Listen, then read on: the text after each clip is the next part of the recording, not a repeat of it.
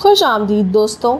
आज के दौर में जहाँ हर बच्चा और बड़ा टीवी, मोबाइल और कंप्यूटर का दीवाना है, वहाँ हर घर में और हर उम्र के लोगों में एक चीज़ ज़्यादातर देखने में आ रही है, जो कि है नज़र की कमज़ोरी।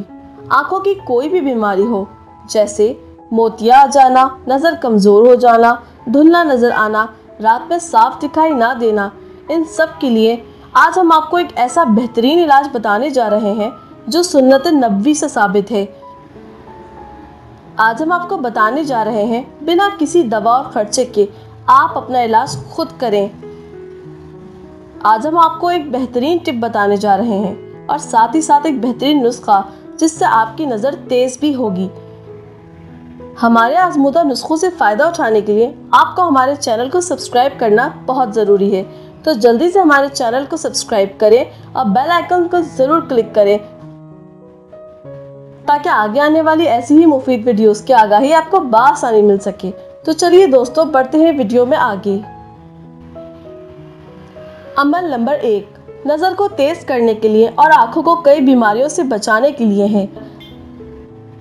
इसके लिए आपको सुबह उठकर एक बार सूरह फातिहा पढ़कर अपने थूक यानी सलाइवा पर दम करना है और उसके बाद इसे आंखों में लगाना है। जैसे कि सुन्नत से साबित है, हमारे नबी पाक सल्लल्लाहु अलैहि वसल्लम ने आंखों की बीमारियों का इलाज लौब दहन से बताया है।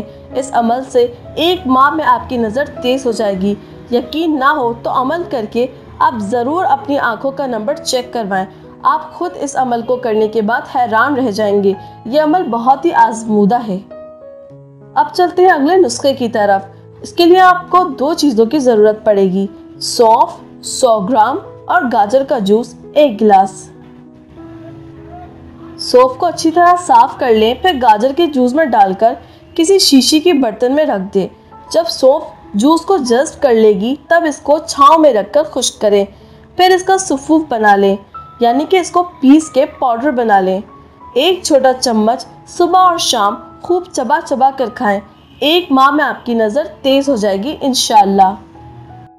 तो दोस्तों, आज की वीडियो में बस इतना ही। ये अमल बहुत ही आजमूदा है, इन्हें ज़रूर इस्तेमाल करें और कमेंट में अपनी राय का ज़रूर इजहार करें। इस वीडियो को ज़्यादा से ज़्यादा शेयर करें और हमारे चैनल को ज़रूर सब्सक्राइब करें। उम्मीद है आपको आज की वीडियो पसंद आई होगी। जल्द हाजिर होंगे अगली वीडियो के साथ। शुक्रिया।